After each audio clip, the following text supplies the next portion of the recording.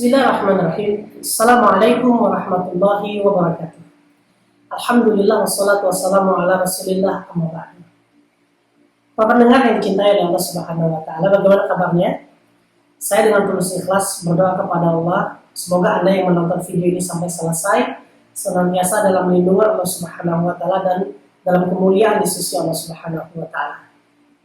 Di kesempatan vlog yang kedua ini saya ingin mengajak kita semuanya mengambil pelajaran dari fenomena yang terjadi di bulan Syawal. Di mana pada umumnya di bulan Syawal ini begitu banyak para khatib atau para mubaligh yang menyampaikan dalam khutbah-khutbah mereka tentang hari raya Idul Fitri adalah hari raya fitrah. Di mana mereka begitu berapi-api menyampaikan, para pendengar itu juga dimotivasi, di mana hari raya Idul Fitri ini kita semuanya sudah kembali suci, seperti seorang bayi yang baru lahir dari rahim ibu kita semuanya. Nah, teman-teman sekalian, kalau kita berpikir kritis tentang statement ini dan kemudian kita mengkaji kembali dari berbagai macam pendapat para ulama, maka ternyata kita menemukan ada misinformasi di sini. Ada hal yang perlu diluruskan di sini agar kemudian kita bisa memaknai Idul Fitri ini dengan baik dan benar. Lalu kemudian kita bisa bersikap dengan bijaksana terhadap hari raya Idul Fitri ini. Kalau kita ngaji di pesantren atau kita belajar dari ilmu bahasa Arab, tentu kita menemukan ternyata memang Idul Fitri atau bahasa yang kita sering mendengar adalah iftar, itu ternyata adalah berbuka atau kembali makan sehari sebelumnya kita berpuasa. Jadi para ulama menyampaikan bahwa dalam definisi syar'inya Idul Fitri itu adalah hari raya fitr atau hari raya di mana seorang hamba Allah boleh kembali makan. Dan ternyata fitri itu berbeda dengan fitrah. Fitrah memang betul suci, jiwa yang bersih itu adalah fitrah. Kembali kepada asal itu adalah fitrah. Namun hari raya ini disebutkan di dalam hadis Nabi SAW, as-sawmu yaumu tasumuna wal fitru yauma tuftiruna. Jadi Nabi SAW mengatakan as-sawmu, saum itu adalah ketika kamu berpuasa. Wal fitru dan fitri itu adalah ketika kamu tuftiruna, ketika kamu itu berbuka.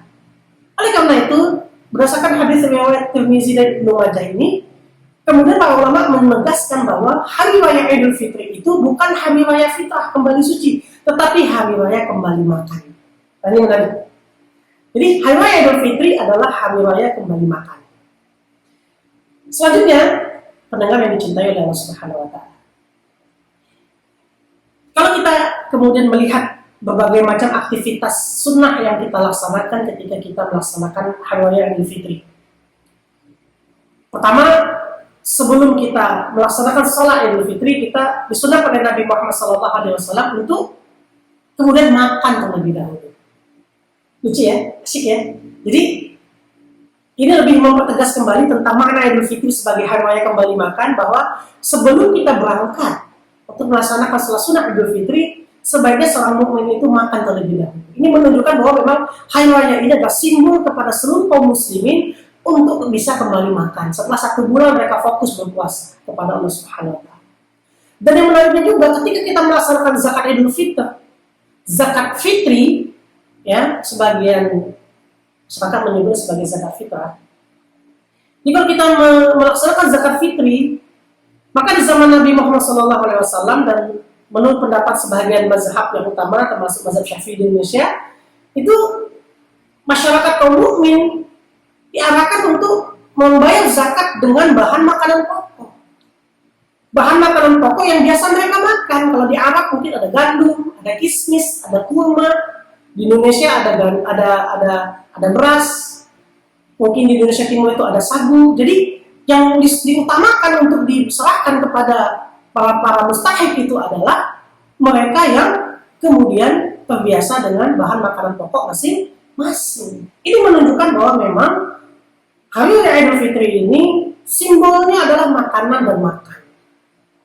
Dan makna utama dari zakat fitri itu sebenarnya adalah ketika kita melaksanakan hari raya Idul Fitri, maka tidak boleh ada satupun kaum muslimin dari kalangan du'afa, dari kalangan mustahik itu yang kemudian tidak bisa makan. Oleh karena itu kita wajib untuk menyerahkan zakat fitrah bagi yang memiliki kelebihan sumber makanan di rumahnya masing-masing.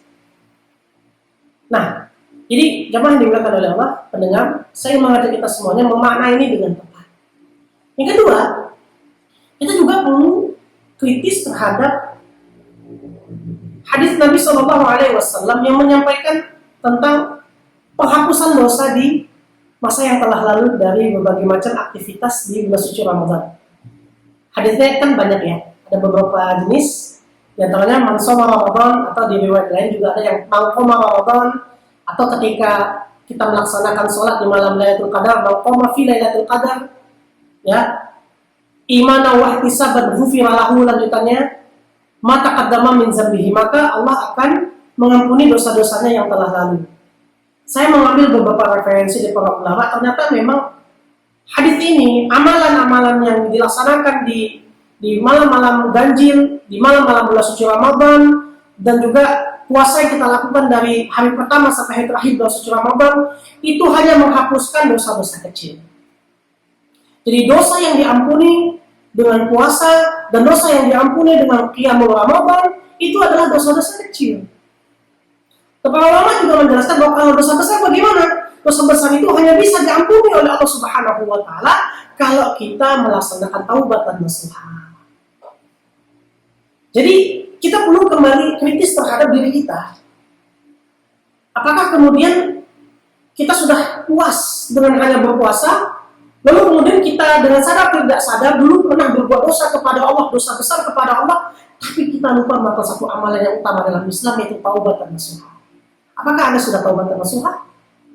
Maka saya menyarankan kepada Anda di bulan Syawal yang mulia ini, mari kita taubat dan nasuha, agar menyempurnakan kembali dosa-dosa kita yang sebagian sudah diampuni oleh Allah. Mudah-mudahan setelah kita melaksanakan puasa dan melaksanakan qiyamul Ramadan, lalu kemudian kita melaksanakan zakat fitr, dibersihkanlah harta-harta kita oleh Allah, kita melakukan taubat dan nasuha untuk memastikan bahwa kita memang betul-betul dosa kita dengan Allah Subhanahu wa Ta'ala bisa diampuni. Yang menarik yang ketiga juga, ini juga perlu menjadi perhatian bagi kita semua jemaah yang beragama. Para ulama sudah menegaskan, Nabi SAW juga sudah menegaskan bahwa dosa kepada manusia itu tidak bisa diampuni oleh Allah dengan puasa, tidak bisa.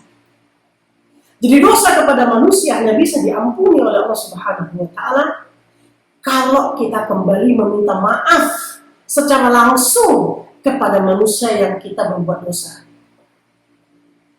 Kalau kita berhutang dan kita lalai dalam hutang kita, maka kita berdosa dalam kelalaian hutang, dan itu tidak akan pernah bisa diampuni oleh Allah Subhanahu wa Ta'ala dengan berpuasa.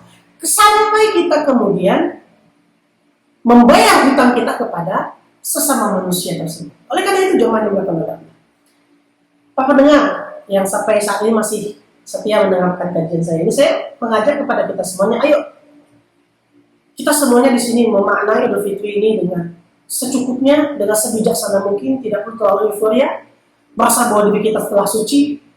Pertama sekali kita harus serius sekali memohon ampun kepada Allah Subhanahu wa Ta'ala. Selanjutnya, tentu kita tahu di Indonesia ada budaya mudik. Sebagian orang melaksanakan budaya halal bihalal di kantor-kantor, di pemerintahan-pemerintahan dilaksanakan budaya halal bihalal. Tujuannya sangat baik. Mereka berkumpul, tujuannya adalah memohon maaf kepada sesama manusia. Kenapa? Karena dosa kepada sesama manusia tidak akan Allah ampuni sampai kapanpun, sampai kita meminta maaf kepada manusia tersebut. Jadi, sebagai penegasan dari Anda sebagai tim dari Muslim Life, mengajak kepada antum semuanya, ayo kita di bulan Syawal ini maksimalkan bulan Syawal. Masih ada kesempatan puasa sunnah lagi 6 hari, boleh berturut-turut, boleh berjarang-jarang di hari-hari yang tidak ditentukan. Yang paling penting masih di dalam 1 bulan Syawal. 6 hari ini insya Allah bisa membuat kita seperti pahala 1 tahun. Maka kemudian jamaah yang dimuliakan oleh Allah Subhanahu wa Ta'ala, sebagai penutup dari kajian hari ini, saya berterima kasih kepada Anda semuanya yang masih setia menonton vlog ini. Semoga vlog ini bermanfaat dan boleh di-share, dibagikan kepada orang-orang yang menurut Anda penting untuk dibagikan, agar pahala dakwah mengajak orang kepada kebaikan juga mengalir kepada Anda. Semoga Ramadan tahun ini adalah Ramadan terbaik bagi kita, dan saya berdoa kepada Allah semoga kita bertemu lagi dengan Ramadan di masa yang akan datang. Barakallahu fikum, billahi taufiq wal hidayah. Assalamualaikum warahmatullahi wabarakatuh.